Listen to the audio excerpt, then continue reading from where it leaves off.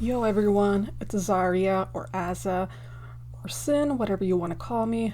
Welcome to my first commentary video. I typically play and stream video games while interacting with my viewers who are near and very dear to me. I had been wanting to get into these kind of videos for a while, and with this Creepshow incident, I had a lot of things to say. Feel free to like and subscribe first of all. I'm recovering from abdominal surgery, so I decided to do what every commentary channel does and talk over gameplay footage as well. My face right now is not presentable due to the abdominal surgery, and I'm in a lot of pain. I am playing Resident Evil Village. A disclaimer, for legal reasons, these are my opinions. They are not fact. I encourage that you form your own opinion upon information out there. With that being said, let's get on with this shit show. First and foremost, I am a little bit frustrated with the backlash towards her friends. Channels that I can include are, but not limited to, Ready to Glare, Repzilla, Tipster, my homie if you're watching this, for whatever reason, Ashley Lily, Tamimi, and such. I've noticed smaller commentary channels and T channels who are trying to social climb by trashing larger creators, and people who don't make content are taking this opportunity to try dogpiling on her associate, which I find to be such a piss poor and hypocritical and relatable take. Self-righteous dick whistlers acting as if losing a friend is easy. It's really not. You have to understand that these are victims of Creepshow's lies as well. The entitlement of people pressuring them is honestly a little bit irritating. You gotta remember, and let me tell you something rather. I've had friends, dating partners, I didn't even know until years later who turned out to be vile. After a while, though, I had to process it. It took a lot of time. As humans, I think your heart will kind of react first with sentiment and confusion over your mind, which will gear towards cold heart logic, okay? And I, for one, can understand that completely. I think shaming someone, being confused and hesitant, only makes things unnecessarily worse, and it doesn't really help the situation.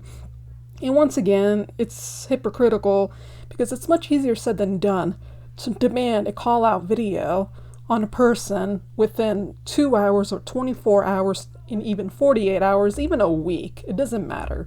Public figures deserve the same consideration. Of course, it would be a different story if they rigorously defended Shannon and called Emily a liar, which I didn't really quite see. The first expression I saw was, I didn't think my friend would do this. And that's not what's happening anyway. You can't say their silence is deafening because they're trying to process within that silence. They're not really guilty by association. That's the dumbest thing I've ever heard.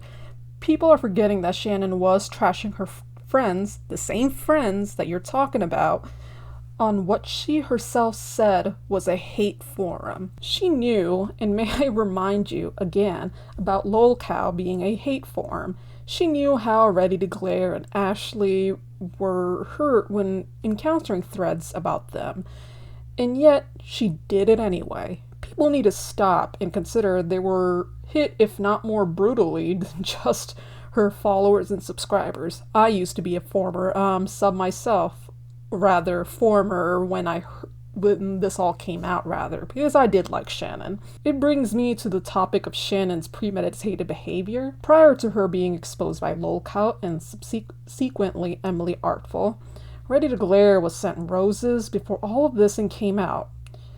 And there's something interesting that what Tipster said too, to dissociate and not defend her. And she was also telling people like Ashley and Repzilla and the whole 9 yards about how much they meant to her. But there was something that I noticed a lot of people weren't exactly addressing.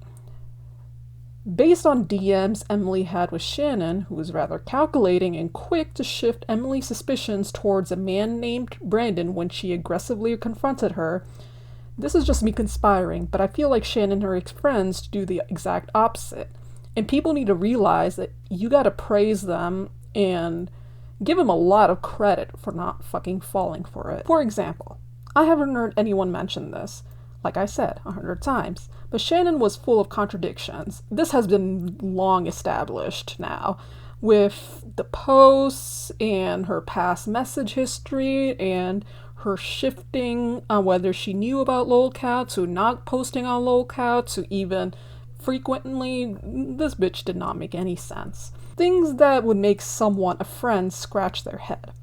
In her community post on her now deleted Instagram, I'm gonna try posting a screenshot, but she mentions how everyone is consumed. In her community post on her now deleted Instagram, she mentions how everyone is confused on who she is in terms of morality or whatever the fuck she said. Basically the gist of, oh, I never thought that they would say this about me, that they would think this way about me, and she also said that she's helped these people in dark ass times are now doubting and turning against her. This is what a love bomber does. This is exactly what they do. This was her aim from the start. I found this really interesting because before this, in the same post, she's handling this legally to clear her name. I don't think she realizes that just because you're handling this legally, it doesn't automatically mean you're in the right. It's very flimsy PR, and it bothered me to death how she guilt-tripped, or tries to anyway, in implying her friends are doubting her laughable Amy community post. Again, love bombing, and now she's trying to shame or manipulate or guilt them, even though she literally said to Tipster, being one of them, to not defend her. Why would you tell him to not defend you, but then go on your post and say, oh, people are misunderstanding me, I thought I helped them through these dark ass times, blah blah blah. First of all, Shannon, you literally blocked and changed your damn phone number. When asked with concern, they literally approached to you, they being her friends, the people that are bagging for not speaking out on what the fuck was going on, and you literally told your friends again to denounce and defend you. So you gotta save this woe is me, I'm innocent, trust me, lol. You're trying to have your cake and eat it too, okay? The sense of entitlement was honestly gross, and this is what a love bomber does. That's another aim. It's not just hiding it's a form of manipulative behavior, because I'm sure at some way the superficial of sending roses and sending a lot of money and super chats means that they owe her something now. I think that was a shot at Ashley personally and ready to glare. What makes you think that just because you, Shannon, would help you 100% without a second thought, that you were helping them and through something, what makes you think that doing the very least of what a person should do, be supportive, because are you expecting to get a gold medal being a decent human being or doing what anyone should be doing in the first place, rather, a basic ass friend? It almost seems like this is some sort of reverse psychology when she told someone not to defend her and she actually expected them to defend them. It just seems like subliminal resentment in this community post that she wrote, and it's really strange. But again, this is a classic case of love bombing, and the sense of entitlement was really, really gross. It's literally the same thing as texting "I'm okay" to someone when they ask you if you are all right, telling them you don't want to talk about it, then getting mad when they don't bring it up. Like, which is it? Again, this woman is nothing but a walking contradiction. I feel like if she really did make attempts to clear her name, it would actually backfire on her, hence the whole "I'm handling this legally" is total bullshit. Her mouth is writing checks she knows her ass can't afford to cash. I don't think she understands this. It only seems another attempt to manipulate her friends. With that being said, don't get mad if you literally tell them to not defend you. If anything, you were better off not saying anything at all. It really is funny to me that none of this would have happened if she also doxed her own sibling. None of this would have happened. She could have proceeded on shit posting and nobody would have known. Now, contradictions in past conversations are now being dug up by the same people that she thought were her friends. Rather, she was the terrible friend, is what I mean. Such as texts and interviews, they're now being brought up. Well documented contradictions as testimonies from those who knew her would hurt her legal case. Possibly, that is.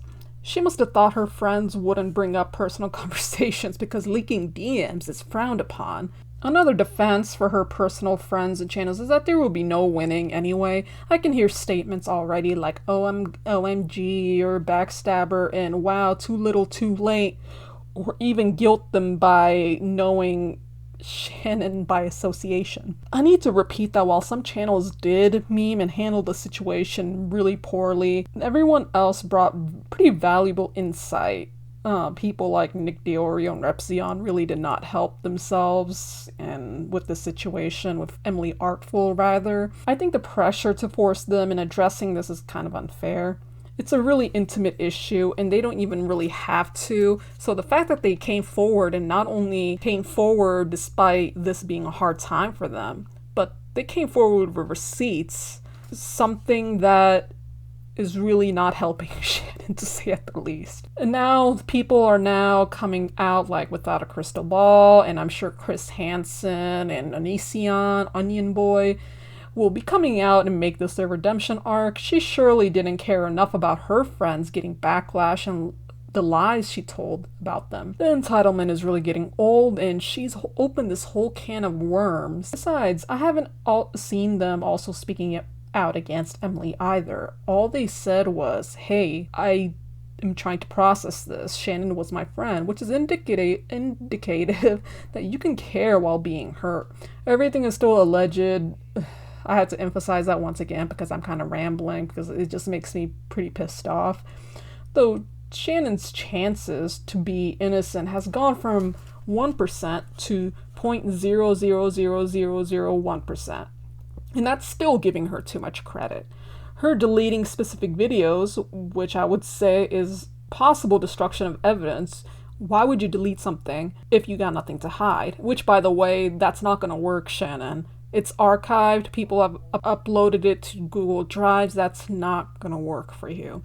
Her vile, repulsive spouse deleting his own channels, which means now the video of her homelessness being a lifestyle choice all along, her blatant panic Amy post, her lolcow IP address, blocking her for her own friends who were simply questioned, not confrontational on what was going on. Former college friend Kevin Coulter even confirmed her pathological obsession with Emily, and now her own sibling is coming out after they were doxxed, saying Anthony was indeed abusive. I'm going to touch on something about the homelessness part, and this really, really angered me beyond belief, and I'm actually going off the script of what I'm reading. I worked with DV victims, those who were abused, they were homeless often. The fact that this woman faked her trauma is just the most vile thing I've ever heard. And she milked that, claiming she was traumatized, even though her vile, repulsive husband said it was a lifestyle choice, that she lied about her trauma. This is just something that is just so pathetic and disrespectful to actual victims. And it's not easy to get out of that kind of state. Thankfully, I live a pretty comfortable life, so I can't even imagine how the people the clients I worked with, I can't even understand their position. So to think that this woman actually faked it all, this was a lifestyle quirky choice for her, is just the most mind-boggling, disgusting thing. And that's like only the least worst she's done. And another thing that I also want to point out is you have to understand that the fact that she doxed her own sibling, what makes you think that she would give two shits about her friends who are now being dogpiled into dealing with a mess that she's creating? I have to remind you that all we got from shit show art is her manipulative love bombing friends, a weak ass Instagram post, and laughable contradictions, different stories that she's given to her own close friends, who are now taking the heat when all of this energy should be towards Shannon. In other words, all we have is Creepshow being disingenuously vague and cowardly. I will say this: the fact that she doxes her own sibling is just she's the fact that you can do that makes me think that she's very capable of stalking, harassing, and backstabbing her friends, and also harassing Emily as well. That alone being the most solid non-circumstantial evidence, the lolcat post, makes me believe Emily artful as well. She's willing to put her own family in danger into an extension herself, because if you dox one of your family members, you kind of keep an opening, or give an opening, for doxers to look for your information as well. You don't think that they're going to look for your family tree? It's really stupid, Shannon. I'm sorry. Of course, an ex of her husband would be pretty much nothing to her at all in terms of stalking and doxing and all of that fun stuff. While this is all alleged, again, don't want to get into legal trouble, not interested in that. You can tell I made up my mind on her. You're nothing but a miserable, jealous, spiteful woman from everything that I've seen and heard, and just as guilty to me as your revolting spouse. That's the only time, not her friends getting backlash for not speaking up while they're processing all of this. They're not the ones who are guilty by association. You're guilty by association. You married this piece of trash and knew what he did, or at least that you must have known that what he did, and you didn't care. No amount of help is gonna redeem all of that. No, but before anyone tries to come at me for not caring if whatever happens to her and if Anthony has done anything to her, ask yourself this: she didn't have to obsessively talk about Emily in private conversations and send her hate, according to Kevin Coulter. She didn't have to exploit being homeless and basically contradicting her husband's testimony, who said that it was a lifestyle choice and that there's little voice footage of her husband saying that. She didn't have to say nasty shit about her friends, whom her spouse probably doesn't even freaking know. There is no way that Anthony unless Anthony held a gun to her head to make her say this shit. I don't believe it. I'm sorry. I just don't. She didn't have to call others problematic when she has a successful enough following to make a living. The real victims turned survivors are her fan base, content creators that she's thrown under the bus, and artists she attacked, her family, her own friends, and God knows the amount of people that her husband must have hurt. She through all of them and then fled like a little bitch. She didn't have to hurt Emily for a decade, the person who is the very definition of a survivor and the most affected. Emily, if you're also listening to this, I'm going a little off script. I don't think you honestly would, because I'm pretty sure you have more time. I don't think you have that much time on your hands to listening to my video, but I seriously commend you. There's a few things I will say about the video that is like mild criticism, but I will get to that in a little bit. All I can say is this: people are thinking, oh, she must be really mentally ill, or I can kind of see her coming back with, oh, I was manipulated. Shannon, before anyone says that, ask yourself, did she even think of her own friend's mental health? No, obviously. So there's no reason for me to consider hers as well. That hell of hers is completely of her own making, and I hope she gets the maximum punishment the legal system can give her, if that's hopefully possible. Creepshow art is bleeding subs every day. I know that they seem to have peaked when Emily leaked her video. They've slowed down a little bit, but they're still losing a lot of subscribers. I hope more evidence, preferably solid than circumstantial evidence, keeps coming forward. This is really insane. An ever-ending story that, funny enough, again, I have to tell you guys, again, could have ended at the lolcow situation or shitposting. People compared this to John Swan trying to frame or cancel Dream or whatever that I can't even remember because it's so long ago, and he's like, yeah, John Swan may be an idiot who eventually got caught, but this isn't even similar anymore. Like, she maybe could have had a chance to come back after the lolcow posts, even though I know she would be losing her friends. But maybe her career would have been salvaged. It's not really remotely the same, and when you read those posts, unlike John Swan, who could have been again, it's up to people to decide. Personally, I just lost a lot of respect for him, and I don't think he can really come back in commentary. But that's debatable, and that's okay. But when I read those lolcow posts, unlike John Swan, you could tell that she meant it. Unlike John Swan, who just threw out slurs and blamed on his autistic 12-year-old cousin or whatever. Like, when you read that, you can tell that she meant it. It's funny because now I never even thought about this, but it looks like she really had that white savior complex. Not to say or minimize the hurt feelings of a woman who thought to be a safe space for a diverse audience. Sorry guys, I guess as a person of color, it does kind of piss me off. I'm not saying that white people should be not talking about this. It's a good thing if, you want to be an ally. But if you're gonna, this is the kind of bullshit that really pisses me off as a person of color, as a non-white person, as a queer person.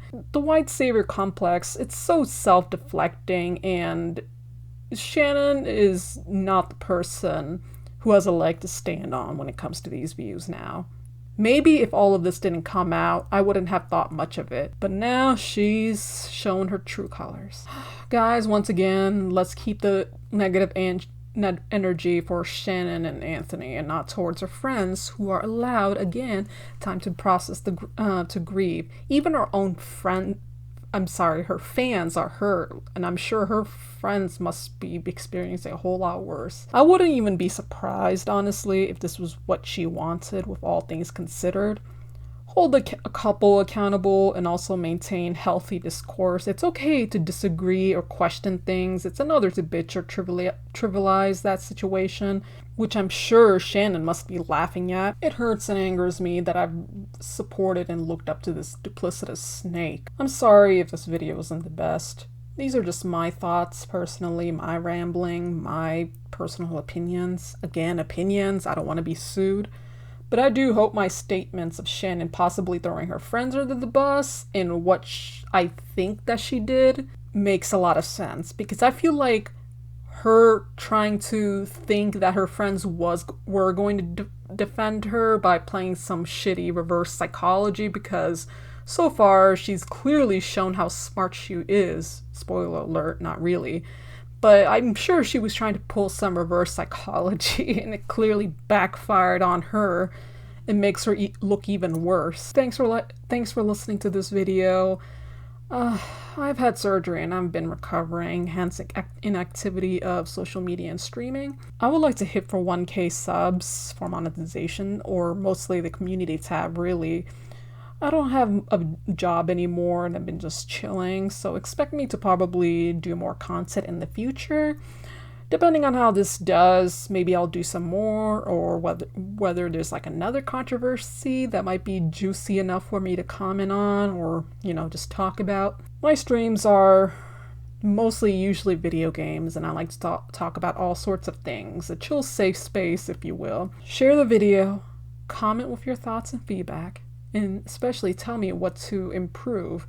Again, this is my first commentary video, so my editing is definitely not going to be the best, and that this is probably very mediocre. I hope to recover fast physically. Thanks, and I'll hope you stick around later, everyone.